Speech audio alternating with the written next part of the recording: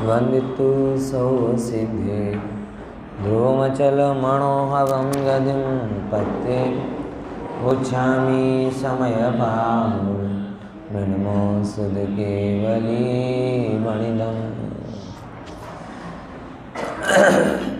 कल संक्षिप्त व्याख्यान में बड़ी महत्वपूर्ण चर्चा आई थी कि द्रव्य तीन एंगल से विज्ञान चालू किया था और वो बहुत विचारणीय है। सबसे पहले एक द्रव्य दूसरे द्रव्य में निमित्त नहीं, द्रव्य में निमित्त नहीं है, क्योंकि किसी के निमित्त के बिना हो, अपनी सत्ता से हो, वो ही द्रव्य कहलाता। बराबर क्या है? तो द्रव्य में निमित्त नहीं, यानी पुद्गल मेरे लिए निमित्त नहीं, मैं पुद्गल के लिए निमित्त नहीं। इससे ये भी समझ लेना कि शरीर है तो मैं हूँ तो शरीर है, ये मान्यता खोटी है। मैं शरीर के कारण नहीं और शरीर मेरे कारण नहीं। द्रव्य रूप में दोनों अपने अपने कारण से हैं। एक सत्य। दूसरा सत्य क्या आया था सामने? हाँ, कि द्रव्य त्रिकाली द्रव्य किसी अन्य की पर्याय में भी निमित्त नहीं। बड़ा महत्वपूर्ण। त्रिकाली द्रव्य तो किसी दूसरे द्रव्य में निमित्त है ही नहीं। दो द्रव्य भिन्न भिन्न स्वतंत्र हैं। बराबर ख्याल में आ रहा कि नहीं आ रहा? त्रिकाली द्रव्य भी किसी की तत्काली पर्याय में निमित्त नहीं। क्यों? क्योंकि अगर त्रिकाली निमित्त बन गया तो अगले क्षण खाली हो जाएगा, त्रिकाली रहेगा ही नहीं। तो त्रिकाली खाली हो जाएगा तो त्रिकाली कैसे रहेगा? निमित्त बन गया यानी चुक गया, खत्म हो गया। दिया का तेल होता है ना, तेल ज्योति में निमित्त बना, फिर तेल खत्म हो जाता है। तो क्या परद्रव्य के साथ इस द्रव्य का, पर पर्यायों के साथ इस जीव द्रव्य का या जीव की पर्यायों के साथ पर द्रव्यों का ऐसा संबंध है कि निमित्त बन जाए त्रिकाली तो खाली हो जाए? ऐसा भी सकते हैं कि त्रिकाली कोई भी द्रव्य की पर्याय जो है वो त्रिकाली तो रहेगी नहीं, सिवाय सिद्ध दशा। हाँ, नहीं, सिद्ध भी पर्याय तो त्रिकाली नहीं रहती, वो त्रिकाली एक कहा जाता है, बाकी तो अनंत काल तक कोई नहीं रहती पर्याय। समझ लीजिए कोई द्रव्य किसी के त्रिकाली में क्रोधी हो, या तो आपके मेरा क्रोध जो त्रिकाली नहीं है तो वो हिसाब से मेरा त्रिकाली क्या कहना चाह रहा है? देखो ऐसे समझो, पहले तो त्रिकाली क्रोध रूप परिणमता नहीं, बराबर। त्रिकाली क्रोध होने वाली भी पर्याय और निमित्त कारण भी पर्याय, बस इतना सिद्ध करना है। त्रिकाली षटकारक की प्रक्रियाओं में उतरता ही नहीं है, त्रिकालिक निमित्त नैमित्तिक व्यवस्थाओं में आता ही नहीं है। त्रिकाली ये सब पर्याय का फेर है। द्रव्य तो ध्रुव रूप से जैसे का तैसा वैसा रहता ही है। समझ में आया? हाँ, ये नियम है। जो भी उतर रहा है पर्यायों में, जो भी जानने में मतलब देखने में आ रहा है, बदलाव जिसमें दिखाई दे रहे हैं, वो सब पर्याय में हो रहे। संयोग वियोग जो हो रहे वो सब पर्याय में हो रहे। त्रिकाली कभी इन रूप में उतरता ही नहीं। इसीलिए तो मैंने बहुत पहले एक सूत्र दिया था, पर के षटकारकों में मैं आता नहीं और अपने षटकारक में समाता नहीं। क्या बोला? एक सूत्र में बहुत पहले चर्चा में आया था अपना, पर के षटकारकों में मैं आता नहीं, यानी तुम्हारे षटकारक तुम्हारे रूप से परिणमित होंगे, मैं तो तुम्हारे षटकारकों में आता ही नहीं। लेकिन बोले तुम अपने षटकारक में तो हो, बोले मैं समाता नहीं हूँ उसमें, यानी षट कारक में दिखता भी हूँ लेकिन उतना नहीं, समाता नहीं हूँ। हाँ, कूटस्थ है। जब आप द्रव्य दृष्टि का विषय सामने रखते हो तो जैसा है वैसा ही है, बद घट रहित, बदलाव रहित, परिणमन रहित। बिल्कुल वैसे ही जैसे सोना स्वर्ण रूप ही है। कैसा? द्रव्य स्वर्ण दृष्टि से देखो। सोने को सोना किसने बनाया? सुनार ने, खान ने। जब वो खान में पड़ा था तो भी सोना था, सुनार के हाथ में गया तो भी सोना है, बीटी बूटी बंगड़ी कुछ भी बन गई तो भी सोना है, गिर गया गटर में गिर गया तो भी सोना है। क्योंकि सोने का स्वर्णत्व किसी निमित्त की अपेक्षा से नहीं और किसी पर्याय की अपेक्षा से भी नहीं। बीटी हो तो ही सोने की होगी, सोने की का होगा, बीटी के कारण सोना है नहीं, सोने की बीटी। बीटी रूप को पा लिया इसलिए स्वर्णत्व हो गया, बूटी रूप को पा लिया इसलिए स्वर्णत्व हो गया, ऐसा नहीं। हाँ हाँ, देखो हाँ हाँ, समझो। नहीं समझो जरा, जिस अपेक्षा से कह रहे हो उस अपेक्षा से समझो। पहले नंबर की बात, किसी अपेक्षा से, ये शब्द बड़ा इम्पोर्टेंट है। दूसरे नंबर की बात, द्रव्य उत्पाद व द्रव रूपे, ये दोनों ही अपनी अपनी अपेक्षा है। जब अपन द्रव्य को प्रमाण की दृष्टि से देखते हैं, किसकी दृष्टि से? प्रमाण की दृष्टि से। तो प्रमाण की दृष्टि से द्रव्य उत्पाद सहित है, व्यय सहित है, ध्रुवता सहित है, गुण पर्याय सहित है, ये बराबर।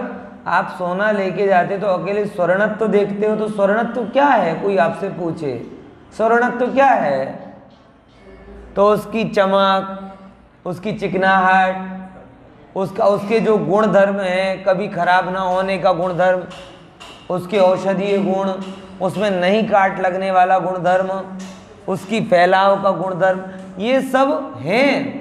तभी तो सोने को सोना का, नहीं तो हर पीली चीज सोना हो जाती। तो जब वस्तु को परखने जाते हैं तब उसकी गुण पर्यायों से देखते हैं, तो वो कहलाती है प्रमाण की दृष्टि। तो प्रमाण की दृष्टि से गुण पर्याय सहित, उत्पाद व्यय सहित। लेकिन जो अपन अग्रुलघुत्व गुण की षटगुणी यानी वृद्धि कह रहे हो, उसकी एक परिभाषा में आता है द्रव्य का द्रव्यपना। क्या रहता है? द्रव्य का द्रव्यपना। तो जब अपनी दृष्टि में द्रव्यपना द्रव्यपना द्रव्यपना द्रव्यपना, तो जैसे पर्यायों में द्रव्यपना कूटस्थ है, वैसे षटगुणी हानि वृद्धि में भी द्रव्यपना कूटस्थ है। मतलब वो षटगुणी हानि वृद्धि किसके लिए है? बोले द्रव्यपने की स्थापना के लिए। तो द्रव्यपना तो एज इट इज रहा ना। बोले इस पॉइंट ऑफ व्यू से द्रव्य को कूटस्थ कह दिया जा सकता है, एक एंगल से, सर्वथा नहीं। सर्वथा कह दोगे तो पर्याय रहित द्रव्य होता ही नहीं है। ये जैन धर्म की एक खूबी है। यहाँ शायदवाद से समझना पड़ता, अनेकांतवाद से समझना पड़ता कि अनुभव का द्रव्य, दृष्टि का द्रव्य और ज्ञान परक द्रव्य, ये दो अलग अलग बराबर। जैसे इन गुणों को लेकर आप आए, ये सोने की अंगूठी बराबर, ये इन गुणों से सोने। अब बार बार आप क्या देखते हो, ये 50,000 के भाव वाला है कि अब लिया था तब 25,000 के भाव वाली थी, अब 50,000 के भाव वाली हो गई। तब भी भाव देखा था, अभी भी भाव है, लेकिन हमेशा थोड़ी अपन उस भाव को देखते हैं बराबर। ख्याल में है कि नहीं है? अब ये 50,000 की नहीं, ये वस्तु है बराबर। ये क्या है? वस्तु है। अब जरूरी नहीं कि आप कीमत से वस्तु को मापो, वस्तु तो वस्तु है। तो एक बार जब लेना था तब देख लिया प्राइस, अब ना तो इसको मिटवाना है क्योंकि सासू माई बैठी उनने ही दी थी एंगेजमेंट की अंगूठी मिटेगी थोड़ी तो मिटवान, अब ये क्या हो गई, द्रव्य द्रव्य रूप से हो गया, अब ना बनना है ना मिटना है, जैसा है तो वैसा रहेगा। बराबर ख्याल में आया कि नहीं है? तो जब लिया था तब भाव देखा था, अब कब कब भाव देखते हो, बोले अब भाव नहीं देखते, अब क्या देख रहे हैं, स्वर्ण। अब वो लाख की हो जाए तब भी रहेगी, घट के कीमत हो जाए तब भी रहेगी, क्योंकि अब ये भाव से परे हो गई। वैसी बात यहाँ पर है कि द्रव्य दृष्टि अलग मैटर है, द्रव्य को समझना अलग मैटर है। मतलब जब हम गुण पर्याय से द्रव्य को देखते हैं तब हम उसे, जैसे अपन सोना देख रहे हैं ना, तब विचार करते हैं। जैसे अभी ये छोटा है तो भी आप विचार करने लग जाओ कि नहीं भैया कल बड़ा होगा तो थोड़ा क्या करें, वो पंडित जी ने आज से टेंशन दे दी है, लेकिन चालू कर देते ना, अभी कम है, अभी 50,000 मिल रहा है, कल के दिन लाख भी हो सकता है, तो क्या करो, थोड़ा थोड़ा। क्यों? क्योंकि अभी आपको क्या करना है, उसे खरीदना है। जब खरीदते हैं तब कीमत से विचारते हैं, लेकिन खरीद लिया तब वो कीमत गौण हो जाती है, अब वस्तु हो गई वो, इसका कोई अल्टरनेट तो है नहीं। वो 1 लाख भी हो जाए तो भी बेटी की शादी में उतना तो देना ही पड़ेगा। लौकिक कथन कह रहा हूँ मैं, कोई वो नहीं कह रहा, जैसे सिंपल भाषा है। जब भी किसी भी आप इन्वेस्टर के पास जाओ ना, ऐसे ही समझाता है आपको, इसका कोई अल्टरनेट है क्या, महंगा हो तो भी देना है, सस्ता हो तो भी देना है, कम ज़्यादा का प्रश्न आता है। पॉइंट ख्याल है कि नहीं है यार? तो वही बात है, वस्तु को खरीदते टाइम का दृष्टिकोण और बाद में वस्तु का वेदन करने का दृष्टिकोण अलग अलग होता है। जब खरीदते हैं यानी समझते हैं तब गुण पर्याय वाला समझते हैं, लेकिन जब दृष्टि करनी हो तो तब वो गुण पर्याय वाला गुण हो जाता है, तब द्रव्य स्वभाव मुख्य हो जाता है। और उस द्रव्य स्वभाव में 5, 25, 50 लाख, 1.5 लाख, 2 लाख है क्या? नहीं। बात समझ में आएगी? तो अब ख्याल में आ गया ना? तो ये जो षड्गुणी हानि वृद्धि होते हुए भी द्रव्य का द्रव्यपना ऐसे का ऐसा रहता है, इस पॉइंट ऑफ व्यू से द्रव्य कूटस्थ कहा जा सकता है। गुण पर्याय के होते हुए भी द्रव्य द्रव्यमय रहता है, इस पॉइंट ऑफ व्यू से द्रव्य दृष्टि से गुण पर्याय रहित ऐसा कहा जा सकता है, कोई दिक्कत नहीं। लेकिन समझना हो, वस्तु से निकाल दोगे तो नहीं चलेगा। आपको कोई ऐसा सोना लेके बताओ जिसमें क्या कहते हैं, सघनता ना हो, जिसमें पीलापन ना हो, जिसमें चिकनाहट ना हो, जिसमें तन्यता ना हो, जिसके औषधीय गुणधर्म ना हो, जिसमें काट ना लगता हो। बोले ये कुछ भी नहीं है लेकिन सोना है, तो कुछ भी हो सकता है, वो सोना नहीं हो सकता, क्योंकि गुण पर्याय से रहित द्रव्य कभी होता नहीं। समझ में आया? ख्याल में आया? तो ये इंपॉर्टेंट बेटा आ गया ना ख्याल में? तो वस्तु के देखने के 2 नजरिए, एक उसको समझने वाला और एक उसका श्रद्धान करने वाला। समझ में आया? ये बिल्कुल ऐसे भी समझो कि जैसे शादी होती ना, तो हम लड़का कैसा चाहिए साहब, है अच्छा पद वाला हो, पोस्ट वाला हो, बड़ा ऑफिसर हो, बैंक का एक ब्रांच CEO हो, कंपनी का, ऐसा हो वैसा हो। ऐसा देख देख कर लड़का पसंद करते हो, बराबर। अब बाद में वो लड़का आपकी पत्नी के साथ में, मतलब आपकी पुत्री के साथ में भी ऐसा व्यवहार करे अपनी पत्नी के साथ, अरे मैं बैंक का CEO हूँ, मेरे लिए काम करो, मैं बड़ा मैनेजर हूँ, मेरे लिए काम करो, मेरे इशारे पर तो 5 प्यून आ जाते हैं, तो पानी लेकर नहीं आ सकते। ऐसा बार बार अपने पद का रुतबा अपने घर में, अपने बच्चों के सामने, अपनी पत्नी के सामने बताए तो किसे अच्छा लगेगा? अब वो कहे क्यों, यही देखकर तो लिए, पसंद किया था ना तुमने, अब वो बड़ा मैनेजर चाहिए था ना, बड़ा CEO। अरे मैनेजर CEO चाहिए था, लेकिन वो अपन कहते ना, घर में घुसते ही तो बेटी के लिए पति चाहिए था, बेटे के लिए पिता चाहिए था। पॉइंट समझ में आया? तो ये दो दृष्टिकोण हो गए। अब ये देखो, जिसे देखकर सिलेक्ट किया था, सिलेक्ट किसको देखकर किया था? बायोडाटा में क्या मांगते हो पहले? है इनकम कितनी होनी चाहिए? 6 अंकों वाली। गाड़ी कैसी होनी चाहिए? 4 बंगड़ी वाली। घर कैसा होना चाहिए?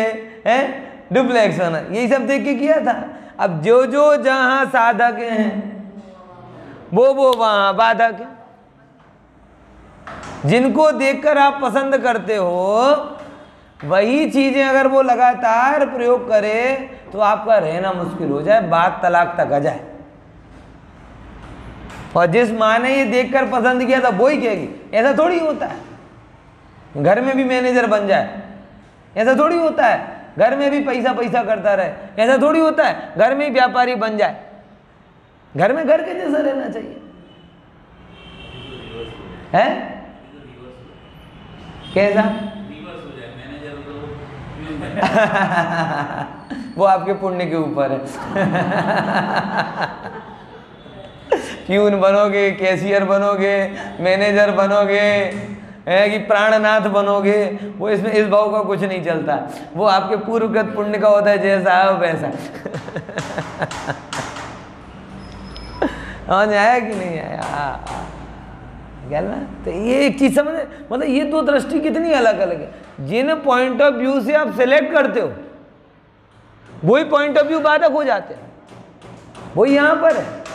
आपने जब द्रव्य को समझा था तब ऐसे ही समझा था, गुणों के समूह को द्रव्य कहते, गुण पर्यवत द्रव्यम, बराबर। और एक एक गुण को विस्तार से समझा था। अब आपको आत्मा का अनुभव करना है और आपको अस्तित्व गुण दिखाई दे रहा, अवस्थित्व गुण दिखाई दे रहा, बराबर, अनंत गुण दिखाई दे रहे, इसका इसके साथ संबंध दिखाई दे रहा। तो बोले तुम्हें त्रिकाली नहीं दिखाई दे रहा। अब जिनको देखकर तुमने सिलेक्ट किया था उनको भूल जाओ और एक आत्मा है उसे याद रखो। पॉइंट समझ में आया कि नहीं? और जब ऐसी दृष्टि होगी तो आत्मानुभूति होगी। बात समझ में आई कि नहीं आई? है तो यही है, दो दृष्टियां हैं इसमें। जगत में ही मैंने आपको बताया, देखो कोई भी चीज को समझना है ना, ऐसा नहीं कि कोई, अब ये पूरा बताने का उद्देश्य क्या होता है पता है? लोग ये समझते हैं कि जिनवाणी में बड़ी कंफ्यूजिंग बातें हैं, जबकि मैं ये कहना चाहता हूं कि ये वास्तविक बातें हैं। हम लोग भी इनका प्रयोग जीवन में करते हैं। ये सब दृष्टांत देने का मतलब ये कि जिनवाणी में कोई नई बातें बताई जा रही हों, ऐसा नहीं है।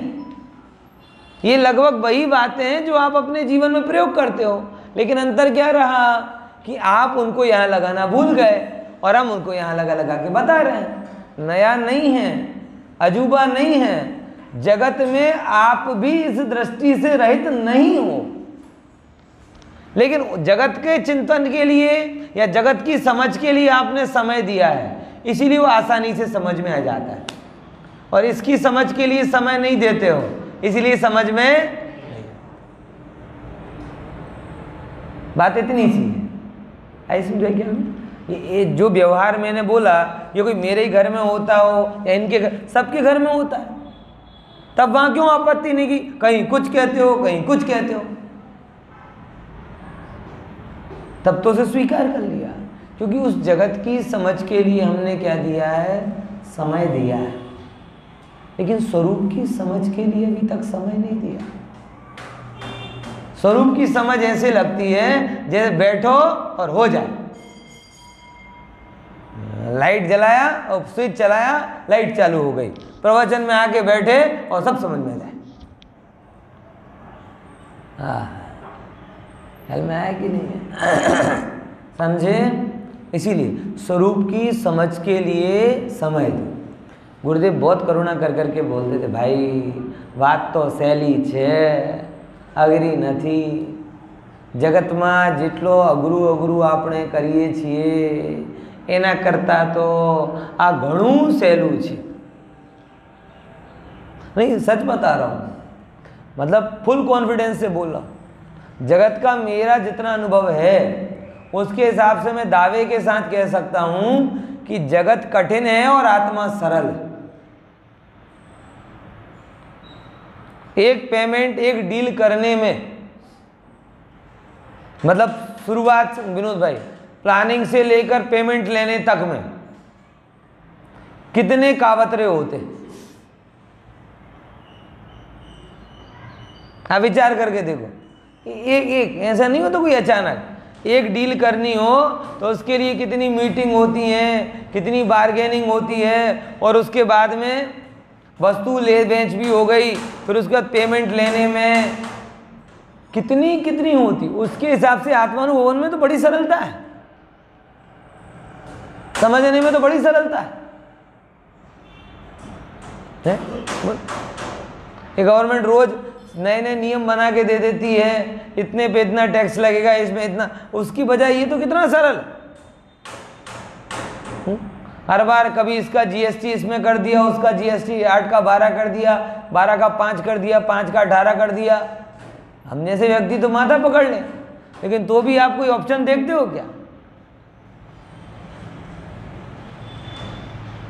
समझ में आया? तो जगत में जितनी उलझने हैं उसके अनुपात में यहां तो बड़ी सुलझन है।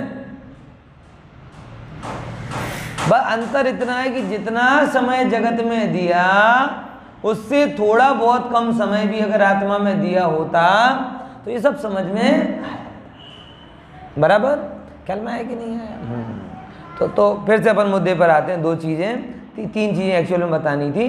पहले तो बता दिया ना, द्रव्य में निमित्त, दूसरी कौन सी थी?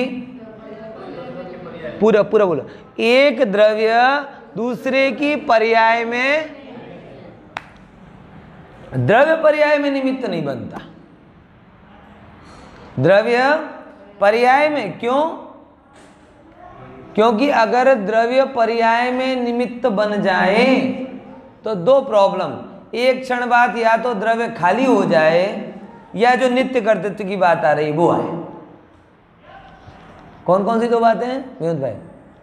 अगर द्रव्य पर्याय में निमित्त बन जाए, बराबर, घंटा जैसा है ना, कि अगर ये घंटे कल का दृष्टांत समझो, उन 2 बातें घटित की। कल का दृष्टांत था ना नादत्व और नाद ध्वनि, अथवा चलो ये, बराबर। अब इनके बीच में क्या है कि वस्तु की व्यवस्था क्या है कि एक घन से दूसरा घन टकराए तो क्या होता है? नाद होता है, आवाज आती है, बराबर। आ रही ना? क्यों आ रही है? ये भी घन है और ये भी, तो आवाज क्यों आ रही है? घन पने के कारण। अगर घन पने के कारण आवाज आए तो 2 आपत्ति, कि एक बार में इसका घनपना निकल जाए तो दूसरी बार आवाज ही ना आए, यानी आवाज भी आई और घनपना भी रह गया। और अगर इसका घनत्व आवाज में कारण बने तो 2 प्रॉब्लम। एक बार में या तो वो खाली हो जाएगा या फिर निरंतर आवाज करता, नित्य कर्तृत्व का प्रसंग आएगा। और दोनों ही हो जाएंगी तो प्रॉब्लम हो जाएगी। द्रव्य किसी में निमित्त बन जाए तो क्या होगा? हर बार या तो वो एक बार में पूरा आ जाएगा तो खाली हो जाएगा, अथवा अगर वो द्रव्य होने मात्र से निमित्त बन जाए तो द्रव्य तो त्रिकाल रहता है, तो कार्य भी कैसा मानना पड़ेगा? त्रिकाल मानना पड़ेगा। इसीलिए दोनों विकल्प घटते नहीं। ये दोनों बातें आ गई ख्याल में भैया? दोनों बोलोगे? बोलो प्रशांत भाई, कौन कौन सी 2 बातें? द्रव्य में निमित्त, दूसरे नंबर की बात, एक द्रव्य पर्याय में निमित्त नहीं। अब पहले नंबर का खुलासा, द्रव्य में निमित्त क्यों नहीं होता? द्रव्य में निमित्त क्यों नहीं होता? पहली बात का खुलासा, क्योंकि जो निमित्त के कारण द्रव्यपना हो, अरे भाई निमित्त के कारण द्रव्यपना हो तो द्रव्य तो रहे ही नहीं। पहले नंबर की बात का खुलासा, किसी निमित्त के बिना हो तो वो कैसे, क्या कहते हैं, वो ही द्रव्य कहलाता है। निमित्त के कारण हो वो द्रव्य कहलाता ही नहीं। पॉइंट समझ में आया? नहीं आया? अग्नि में अग्निपना किस निमित्त के कारण से है? स्वर्ण में स्वर्णत्वपन, हाँ बस यही तो कह रहे हैं। द्रव्य में निमित्त नहीं होता, क्योंकि जो स्वभाव निमित्त से हो तो स्वभाव न हो। है बोलो, आप जीव किसके कारण से हो? जीवत्व के कारण। जीवत्व क्या है? अपना स्वभाव। किसी की कृपा से जीवत्व मिला हो ऐसा नहीं। बात समझ में आई? एक बात। दूसरे नंबर की बात क्या बोला? एक द्रव्य दूसरे की पर्याय में निमित्त नहीं बनती। क्यों? दो प्रॉब्लम। एक निमित्त अगर बन जाए तो द्रव्य खाली हो जाए, और दूसरा द्रव्य होने के कारण निमित्त बने तो द्रव्य हमेशा रहेगा, तो कार्य भी कब मानना पड़ेगा? हमेशा मानना। इसीलिए निमित्त कौन बनता है? एक द्रव्य की पर्याय में दूसरे द्रव्य की पर्याय निमित्त बनती है। बात समझ में आ रही कि नहीं आ रही? और पर्याय एक दूसरे में निमित्त बनती रहती हैं, और द्रव्य ऐसे का ऐसा बना। ये बिल्कुल सत्य बात, बिल्कुल सत्य बात। तो आप देखो जगत में, आप अगर जगत में 5 मिनट रोड पर देखोगे, सूर्यास्त को देखो, सूर्योदय को देखो, सब निमित्त हैं कवियों की कल्पना के लिए। लेकिन एक अस्त होते हुए सूर्य को देखकर शोक की कविता लिख रहा, और एक अस्त होते हुए सूर्य को देखकर ये लिख रहा कि क्या हुआ, चलो अभी तो सूर्य अस्त हुआ है, पूरी रात्रि बाकी। वो उत्साह लिख रहा। ख्याल में आ रहा है कि नहीं आ रहा? एक को पतझड़ अच्छा लग रहा, एक को बसंत अच्छा लग रहा, एक को कुछ, मतलब जगत में आप देखो वस्तु अपने रूप परिणमित हो रही हैं, और उसको देखकर भाव अपने अपने रूप परिणमित हो रहे हैं। यानी नित्य करते तो आप भी वैसे, एक वस्तु को देखकर आपको 2 बार एक से भाव नहीं होते। ये क्या बता रहा है? अपन कहते हैं इसके निमित्त से हुआ, लेकिन अगर निमित्त से हुआ ये माने तो 2 बार वो निमित्त तो एक सा। सबसे बड़ा दृष्टांत, बाकी तो सब चलायमान है, जिनेंद्र भगवान की प्रतिमा है, मैं तो उसको देखता हूँ। आपने कितनी बार दर्शन किए होंगे? लगभग सबका देव दर्शन का नियम जैसा होगा, जब से जन्म लिया है तब से दर्शन कर रहा हूं, और प्रतिमा वैसे ही की वैसी, कोई बदलाव नहीं हुआ, ना जगह बदली ना आकार बदला। अपन सब तो चलायमान निमित्त हैं, कभी गुस्सा करते हुए देखते हैं, कभी हंसते हुए देखते हैं, कभी कुछ। लेकिन जिनेंद्र की प्रतिमा तो जब से स्थापित हुई है तब से लेकर आज तक कैसी है? कैसी है? वैसे के वैसे, वैसे के वैसी होते हुए भी हर बार वैसे के वैसे भाव होते हैं। कभी तो मुख मुद्रा देखकर नाचने का मन कर जाए, और कभी कब दर्शन पूरा हो जाता है पता ही नहीं चलता। होता है क्या? वो क्या, दर्शन करना है, ऐसी रूटीन रहता है। तो वो गाड़ी पर अब भी आ रहा है, 10 मिनट 2 मिनट दर्शन करके आएगा, ढूंढ करके 3 चक्कर लगाएगा, फिर वापस। जो दिमाग में सेट है वो पूरा कर लेगा। समझ में आया कि नहीं? मतलब कहाँ एक अगर वो निमित्त से कार्य होवे तो या तो भगवान की प्रतिमा ने एक बार विशुद्धता दे दी तो दूसरी बार दे ही नहीं, या फिर जैसी विशुद्धता आज दी वैसी हमेशा। यानी कोई भी निमित्त हो, शास्त्र तो ये कहते हैं उदासीन तो उदासीन है, प्रेरक भी उदासीन है। क्या बोला? उदासीन तो उदासीन है, प्रेरक भी उदासीन। ये भी समझो। पहले के समय में मंदिरों में जब शिल्पकार लोग काम करते थे तो मूर्तियां बनाते थे, नृत्यांगनाओं की, अष्ट देवियों, कुमारी, ये सब क्या थे, उस समय का शिल्प शास्त्र था, वो बनाते। अब वो जो कोई अष्टकुमारी के नृत्य की अवस्थाएं बताई हैं वो कहलाई उदासीन, बराबर। तो ज्ञानियों अगर कोई मुनिराज आवे तो नृत्य की भाव भंगिमाओं को देखकर उनको राग आदि होगा क्या? उदासीन में तो नहीं होगा। लेकिन चलो अब कोई साक्षात आके नृत्यांगना नृत्य करे, पहले में तो मूर्ति में बनी है इसीलिए कोई हाव भाव नहीं दिख रहे हो उसके। अब दूसरे क्या ऑप्शन है?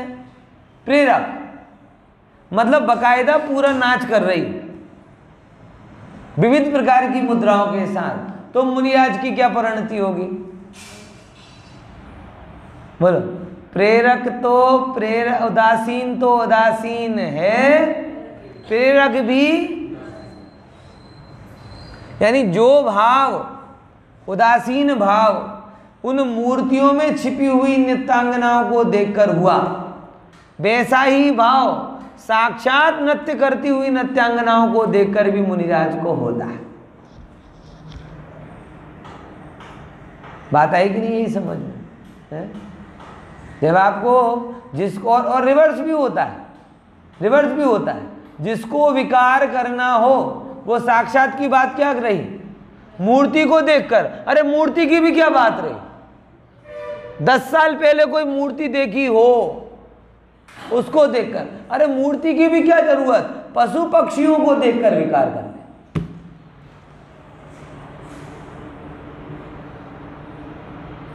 आई कि नहीं? यही समझ में है?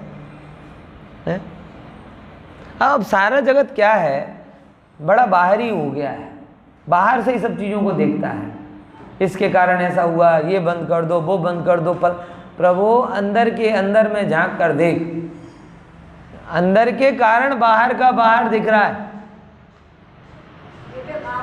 हाँ, अब ये समझ में आया कि नहीं है? क्या कहना चाह रहा हूं कि जिसको अंदर में तृप्तता है वो साक्षात देवों की देवांगनाएं भी आके नृत्य करें तो भी विकार रूप परिणमित नहीं होता, और जिसको अंदर में ही विकार पड़ा हुआ हो वो तो किसी को भी देखकर करे। यानी उदासीन निमित्त तो उदासीन है ही, प्रेरक भी क्या है? उदासीन। ये बात समझ में आएगी?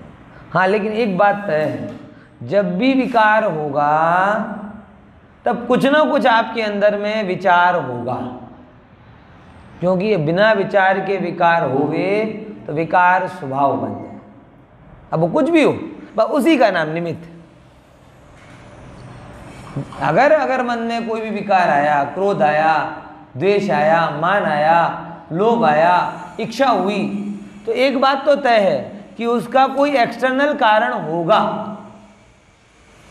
क्योंकि बिना एक्सटर्नल कारण के वो चीज हो ही नहीं सकती, और बिना एक्सटर्नल कारण के वो हो जाए तो स्वभाव हो जाए, और स्वभाव हो गए मतलब अभाव नहीं होगा उसका। अब आपको वो पॉइंट पकड़ना है कि निमित्त से विकार नहीं होता, लेकिन जब जब विकार होता है तब तब कोई निमित्त होता है। क्या बोला? बोलो बोलो। लेकिन जब जब विकार होता है तब तब कोई ना कोई निमित्त होता है। काम भाव में ऐसा, क्रोध भाव में भी ऐसा। तो अब समाधान किस पे करना? निमित्त से करे, निमित्त मेरे अंदर में विकार कराए तो निमित्त हमेशा है, विकार हमेशा रहेगा। जिनवाणी कहती ऐसा नहीं करना। जब जब आप विकार रूप परिणमित होगे तब आपके अंदर में कोई ना कोई ऐसा भाव होगा जिसके कारण वो बाहर में निमित्त बना। मतलब निमित्त बनता नहीं है, आप निमित्त बनाते हैं। निमित्त कार्य करता नहीं है, आप कार्य रूप परिणमित होते हो, तब जाके कोई ना कोई वहां सामने आ जाता है। अब अगर समाज, ये मतलब रोग डायग्नोज हुआ, ये अभी क्या हुआ आपका? डॉक्टर ने बता दिया कि बार बार आपको ये दुखावा होता है, अंदर में पथरी है, ऐसा होता है ना, बार बार डॉक्टर का पता नहीं यार, कभी 2-4 दिन बाद, 8 दिन बाद, 10 दिन बाद बराबर गरबा करके आए तो दुखने लगे, ज़्यादा टमाटर खाने लगे तो दुखने लगे, क्या कारण है, क्या कारण है, क्या कारण है? तो पता है अंदर में स्टोन है। अभी जो मैं बात बता रहा हूं ये क्या हुई? रोग डायग्नोस हुआ, ऑपरेशन नहीं हुआ। अब जब रोग पता चल जाता है तब क्या करते हो? वो कारण को हटाने की कोशिश करते हो। बस अब आपको क्या करना है? क्या करना है कि अपने अंदर में छिपे हुए उस भाव को पकड़ना है जिस भाव के कारण हम कभी क्रोध रूप परिणमित होते, कभी मोह रूप परिणमित होते, कभी भोग रूप परिणमित होते, उसको पकड़ना है। बाहर में किसी को नहीं जाना, क्योंकि वस्तु व्यवस्था कह रही है बाहर से तो विकार होता ही नहीं, निमित्त तो विकार करता ही नहीं, कराता ही नहीं। अब आप गहरे अंतर में जाओ और सोचो क्या मूलभूत कारण है जिनसे हम जिनवाणी सुनने के बावजूद भी क्रोध आदि से मुक्त नहीं हो पाते। विचार करो क्या मूलभूत कारण है जिसके कारण हम जिनवाणी के सुनने के बावजूद भी लोभ भाव से मुक्त नहीं हो पाते। विचार करो क्या ऐसे कारण हैं जिनके कारण हमारी प्रमाद परिणति दूर नहीं होती? क्या ऐसे कारण हैं जिसके कारण हमें आत्मा प्रिय नहीं लगती? विचार करो, वहां काम करो। अब स्टोन डायग्नोस हो गया है तो लेजर भी कर ही दो। समझ में आया? क्या कर दो? और जब आप, मैं चाहता हूं आप विचार करें, बाकी उत्तर तो क्लियर है। अंदर की अस्पष्टता, अंदर की ग्रंथियां, अंदर का जो मोह परिणाम है वह, लेकिन आप विचार करके उस तक पहुंचोगे ना तो समाधान करवाने का मन होगा। अगर विचार किए बिना आप करोगे हैं, कभी आप देखो ना डॉक्टर कहता है आम तो नक्की छे बीमारी छे और तो रिपोर्ट कराई लो। क्यों? मैंने एक बार मेरे डॉक्टर से पूछा कि जब आपको नक्की रहता है तो रिपोर्ट क्यों कराते हो? अपने कन्फर्म, अरे मेरे को तो कन्फर्म ही है, ये आंखें ऐसे ही थोड़ी हैं, लेकिन कन्फर्म इसीलिए कराते हैं ये पेशेंट को भरोसा हो कि जबरदस्ती पेट नहीं चीरा। ये रिपोर्ट क्यों कराते हैं? मुझे तो 100% पता ही यही है, लेकिन फिर भी क्या करा लो? रिपोर्ट करा लो। क्यों? क्योंकि इसे भरोसा हो कि डॉक्टर ने गलत ऑपरेशन नहीं किया। जब ये विशेष जान लेगा कि देखो ये रहा रोग, तब इसके अंदर में जरूरत महसूस होगी। रोग तो अभी भी अपने अंदर में पड़े हुए हैं, लेकिन तकलीफ नहीं करते तो चलता है। रोग रहित कौन है? कोई नहीं। आप कोई भी व्यक्ति जाके चला जाए, पूरी बॉडी चेकअप करा ले, 1-2 असंतुलन तो मिल ही जाएंगे आपके शरीर में, है क्या? लेकिन क्यों अपन परेशान नहीं होते? अब ठीक है चलता है। ख्याल में आया? समझे कि नहीं समझे? तो बात को थोड़ा गहराई से विचारो। आप विचार करोगे कारणों के बारे में, तब फिर आपको गंभीरता ख्याल में आएगी, और तब जाके आप जिनवाणी से उसका समाधान करने जाओगे तो आपका ऑपरेशन जीवन तो होगा। धर्म के नाम पर अगर आपने आत्मविचार करना नहीं सीखा तो आत्मानुभवन रूप धर्म तो कैसे मिलेगा? आत्मविचार करो, आत्मविचार करते करते आत्मानुभवन को पाओ। लेकिन हम आत्मा का तो विचार करते नहीं। धर्म के नाम पे इस क्षेत्र में इतने मंदिर हैं, इनका विचार करवा लो, इस प्रतिमा की इतनी ऊंचाई लंबाई चौड़ाई ये विचार करवा लो, इस ग्रंथ में इतनी गाथा ये विचार करवा लो, इस पंडित जी के ऐसे ये विचार करवा लो, इस पूजन, ये सब विचार आता है। लेकिन आत्म विचार के लिए धर्म है, ये क्यों नहीं आता? और आत्मविचार नहीं करोगे तो आत्मानुभवन का फल कहां से मिलेगा? बोले पंडित जी आप ही करवा दो थोड़ा बहुत विचार। वही बात है, हमारा विचार हमारे काम में आएगा, तुम्हारा विचार तो हमें भी करना पड़ेगा, बराबर। लेकिन हम हमारा विचार करेंगे तो हमें लाभ मिलेगा, आपको आपका विचार करना।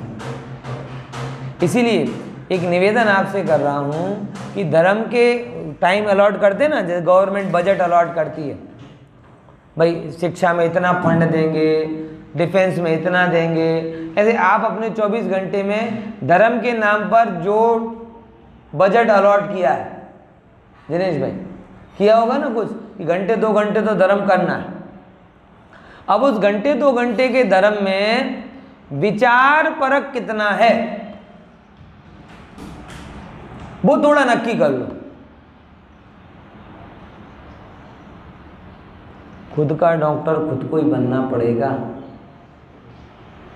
दूसरे गाइड हैं, डॉक्टर तो हमें ही बनना पड़ेगा।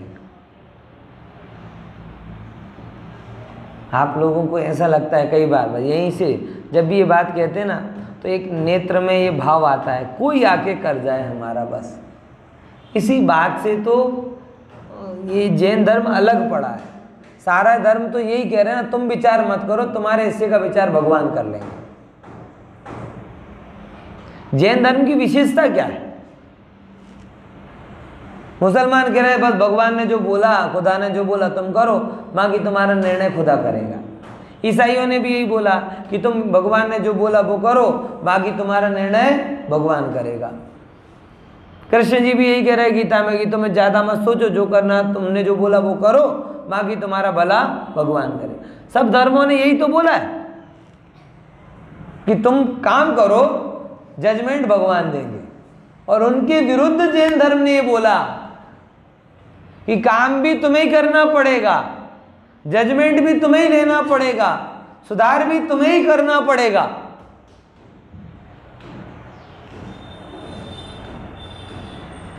जब भी व्यक्ति घबरा जाता है, इतना हम कैसे करें, इतना हम कैसे करें, इतना हम कैसे करें, जब ये समझ में नहीं आए, आचार्य भी समझते हैं, बोले ठीक है इतना तुम्हें समझ में नहीं आ रहा ना अभी, स्वाध्याय करो। तो क्या करो, लास्ट में क्या बोल देते हैं, स्वाध्याय करते करते विशुद्धता बढ़ेगी, स्वाध्याय करते करते दृष्टि निर्मल बनेगी, स्वाध्याय करते करते ये अंदर की ग्रंथियां खुलेंगी, तो जैसा है वैसा समझ में आने लगेगा। ये मैं नहीं बोला, कुनकुन आचार्य देव ने भी बोला 86वीं गाथा में संप्रवचन सार की, कि भाई अभी तुम्हें समझ में नहीं है, इतना जो कुछ बोला बड़ा भारी लग रहा है ना, इतना करें कितना करें, घर का काम करें कि दुकान का काम करें कि मंदिर का काम करें कि सोसाइटी का काम करें, ये करें, अब आत्मकल्याण भी हम ही करें। एक काम तो तुम कर दो, है? एक तो कर दो, है? हाँ, गरबा तुम करो और पाप हम दो, हैं?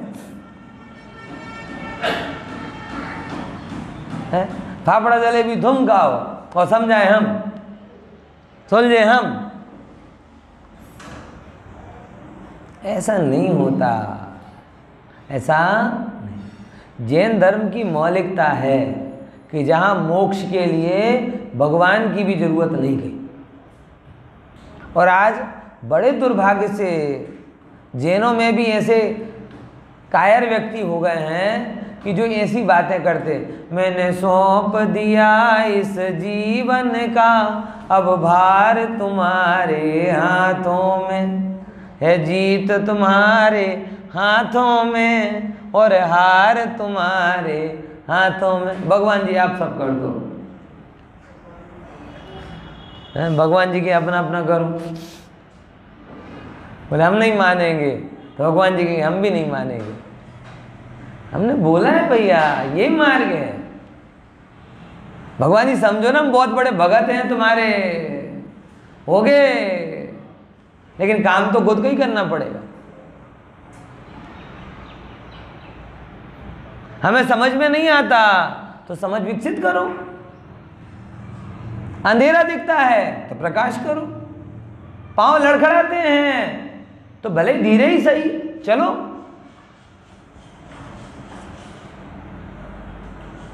है? ये थोड़ी कि तुम नहीं कर पाओगे तो हम कर दे रहे, और करता तो कोई नहीं है, ठगते हैं सब। दिक्कत ये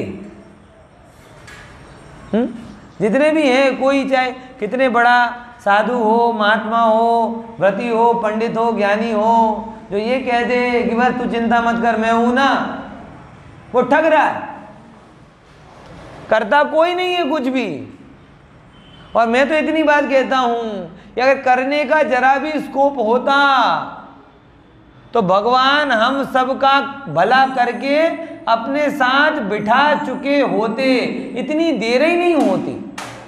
मैं सीधी सी गणित बोलता हूं, 6 महीने 8 समय में 608 जीव मोक्ष जा रहे हैं। किसी में इस भावना की कमी तो नहीं है ना कि जगत के सब जीव कल्याण को पाएं, और ये क्रम अनंत काल से चला आ रहा है।